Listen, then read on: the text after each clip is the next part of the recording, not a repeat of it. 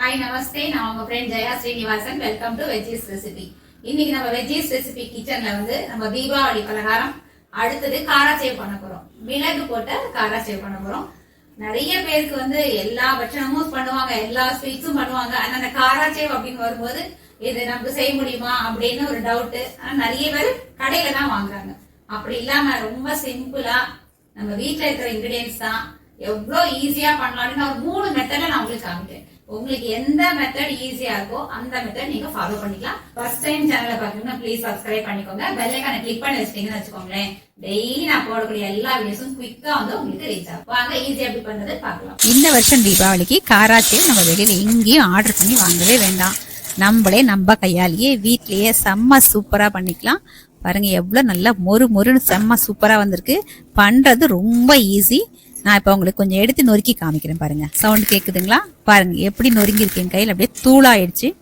அந்த அளவுக்கு ரொம்ப நல்லா இருக்கும். எவ்வளவு கிறிஸ்பியா இருக்கு காமிக்கிறேன். பாருங்க எந்த அளவுக்கு நல்ல சவுண்ட் கேக்குது. அந்த அளவுக்கு நல்லா கிறிஸ்பியா இருக்கு. வாங்க ஈஸியா பண்ணிடலாம். மெஷர்மெண்ட்காக ஏதாவது ஒரு கப்பு அல்லது டம்ளர் எடுத்துக்கோங்க. அதால 3 கப்பு கடலை மாவு, 1 கப்பு அரிசி மாவு எடுத்து ஒரு பவுல்ல போட்டுக்கோங்க. ஒரு மிக்சி ஜார்ல 7-8 பல்லு பூண்டு, 1/2 டீஸ்பூன் ஜீரகம், மிளகா வத்தல் கொஞ்ச நேரம் தண்ணியில ஊற வச்சிருந்தேன். ஒரு 3 மிளகா வத்தல் ஆட் பண்ணிருக்கேன். இதை எல்லாத்தையும் அரைச்சி எடுத்துக்கிட்டு அந்த ஊற வச்ச தண்ணியும் ஊத்தி நைஸா பேஸ்ட் மாதிரி அரைச்சி எடுத்துக்கலாம். இதுக்கு பதிலா மிளகாத்தூள் கூட நம்ம ஆட் பண்ணிக்கலாம். நம்ம அளந்து வச்சிருக்கிற மாவுல தேவையான அளவு உப்பு, 1/2 டீஸ்பூன் மஞ்சத்தூள், ஒரு 1/2 டீஸ்பூன் பெருங்காயத்தூள் போட்டு எல்லாத்தையும் நல்லா மிக்ஸ் பண்ணிக்கணும். தண்ணி ஊத்தாம ட்ரையாவே நல்லா கலந்துடலாம். ஏன்னா உப்பு எல்லா பக்கம் ஈவனா மிக்ஸ் ஆகணும். 1 டீஸ்பூன் மிளகு கொஞ்சம் 1-2 நுணுக்கி இதுல ஆட் பண்ணிக்கோங்க. ஏன்னா காராச்சேவ்ல மிளகு ரொம்ப நல்லா இருக்கும். ரொம்ப பொடியா போட வேண்டாம், கொஞ்சம் பெருசா இந்த மாதிரி போட்டுக்கோங்க. மிளகுத்தூளையும் நல்லா மிக்ஸ் பண்ணிடுங்க. பாருங்க இது மாதிரி ஈவனா நல்லா மிக்ஸ் பண்ணியாச்சு. காராச்சேவ் நல்லா மொறுன்னு வர்றதுக்காக ஒரு குழிக்கரண்டி எண்ணெயை நல்லா சூடா காய்ச்சி இதுல போட்டுருங்க. போடும் போதே அப்படி நுரைச்சிட்டு வருது பாத்தீங்களா? இதை நல்லா மிக்ஸ் பண்ணிருங்க. நம்ம போட்ட எண்ணெய் மொத்த மாவுலயும் ஈக்குவலா ஸ்ப்ரெட் ஆகணும். அப்பதான் காராச்சேவ் ஒரே மாதிரி நல்லா கிறிஸ்பியா வரும். இந்த மாதிரி கையால நல்லா பெசறி விட்டு நல்லா பிசைஞ்சிடணும். சின்ன சின்ன கட்டி மாதிரி இருக்கும். அதை நல்லா இப்படி கையால பெசறி விட்டீங்கன்னா ஈக்குவலா மிஸ் ஆயிடும். இப்போ இந்த மாவுல நம்ம அரைச்சு வச்சிருக்கோம் இல்லையா மிளகாய் எல்லாத்தையும், அந்த பேஸ்ட்டை போட்டுருங்க. போட்டு இதையும் நல்லா பிசைஞ்சிருங்க. நம்ம மிளகாத்தூளும் போட்டுக்கலாம், அதுவும் நல்லா தான் இருக்கும்.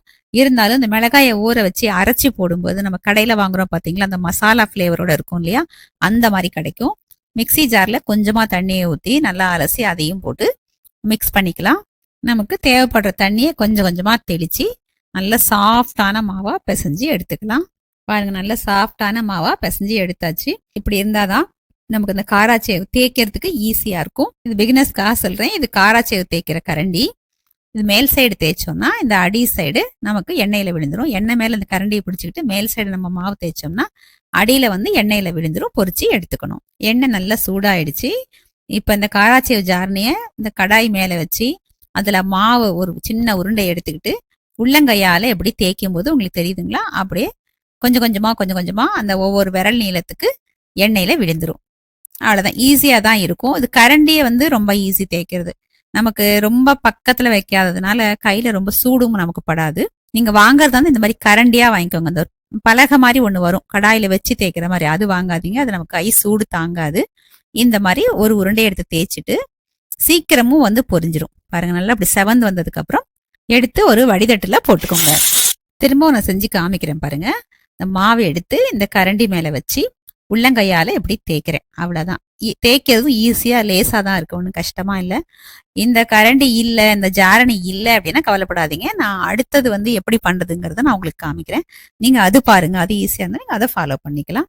நம்ம தேய்ச்சதுல ஒரே இடத்துல விழுந்த மாதிரி இருக்கு இல்லையா, லேசா கரண்டியால் இப்படி எடுத்து விட்டீங்கன்னா எல்லாமே நல்லா உதிர்ந்துக்கும். உதிரியா தனித்தனியா வந்துடும். அப்படியே ஒட்டிட்டு ஒன்னா இருக்காது. இந்த மாதிரி லேசா உதிர்த்து விட்டுக்கலாம். பாருங்க எல்லாம் ஒத்தையா ஆயிடுச்சு இல்லையா. இதை நல்லா செவக்க வறுத்துட்டு இதை எடுத்துக்கலாம். சீக்கிரம் ஃப்ரை ஆயிடும். ரொம்ப டைம் எடுக்காது, எண்ணெயும் குடிக்காது. பாருங்க ரெடி ஆயிடுச்சு. இந்த எண்ணெய் இந்த ஓசை அடங்கிடுச்சு இல்லையா. இப்ப அதை நம்ம எடுத்துட வேண்டியதான். இந்த அரிக்கரண்டி ஜாரணின்னு சொல்லுவோம் இல்லையா, இதால அப்படியே எடுத்துட்டு எண்ணெயை ஃபுல்லா அப்படியே வடிய விட்டுட்டு நம்ம ஒரு வடிதட்டுல போட்டுக்கலாம். இந்த காராச்சேவ் தேய்க்கிற கரண்டி நம்மகிட்ட இல்லைன்னா அதை பத்தி ஒன்றும் பிரச்சனை இல்லைங்க. நான் இன்னொரு மெத்தட் உங்களுக்கு சொல்றேன் வாங்க. இந்த கேரட் துருவது நம்ம எல்லார் வீட்லயும் இருக்கும். இதுல இந்த ஒரு சைடு வந்து சின்ன ஹோல்ஸ் இருக்கு, இன்னொரு சைடு பெரிய ஹோல்ஸ் இருக்கு. இந்த மேல் சைடு தான் நம்ம எப்பயுமே கேரட் அதெல்லாம் நம்ம செய்வோம். இதை வந்து இப்படி திருப்பிக்கணும். திருப்பிக்கிட்டு இந்த மாதிரி தலைக்கீழா எடுத்துக்கணும். இப்படி தேய்க்கணும். புரியுதுங்களா? நான் காமிக்கிறேன், கிளியரா தெரியுதா உங்களுக்கு? இந்த மாதிரி தேய்க்கணும். மேல் சைடு தேய்ச்சிடாதீங்க, கையுமே வந்து உங்களுக்கு இது பட்டுடும். மேல் சைடு இல்லாம அடியில பாருங்க, நான் வச்சிருக்கேன் பாருங்க, இந்த மாதிரி ஆப்போசிட் சைட்ல வச்சு இப்படி தேய்க்கணும். தேய்ச்சிங்கன்னா இதுவும் ஈஸியா அதே மாதிரி காராச்சேவு மாதிரி உங்களுக்கு எண்ணெயில விழுந்துரும். இது ஈஸியா இருக்கு அப்படின்னா இந்த மெத்தட் ஃபாலோ பண்ணிக்கோங்க. இல்லப்பா அந்த எண்ணெய் மேல வச்சுலாம் தேய்க்கிறதுலாம் கொஞ்சம் டென்ஷனா இருக்கு, ரிஸ்கா இருக்கு, வேண்டாம் அப்படின்னு நினைக்கிறீங்களா? ஒன்னும் பிரச்சனை இல்லைங்க. இன்னொரு ஈஸி மெத்தட் நான் உங்களுக்கு காமிக்கிறேன் வாங்க. இந்த முறுக்கு பிரஸ் எல்லார்கிட்டையும் இருக்கும். அதுல இந்த தேங்குழல் வச்சிருக்கு பாத்தீங்களா, அது போட்டுக்கோங்க. லேசா கொஞ்சம் எண்ணெய் தடவி விட்டுருங்க, அப்பதான் ஒட்டாம இருக்கும். இதுல மாவு போட்டு புழிஞ்சு விட்டுருங்க. எப்படி புழியறதுன்னு காமிக்கிறேன் வாங்க. தேங்குழல் அச்சுல புழிஞ்சிட்டு இப்படி கொஞ்சம் கொஞ்சமா எடுத்து விட்டுருங்க.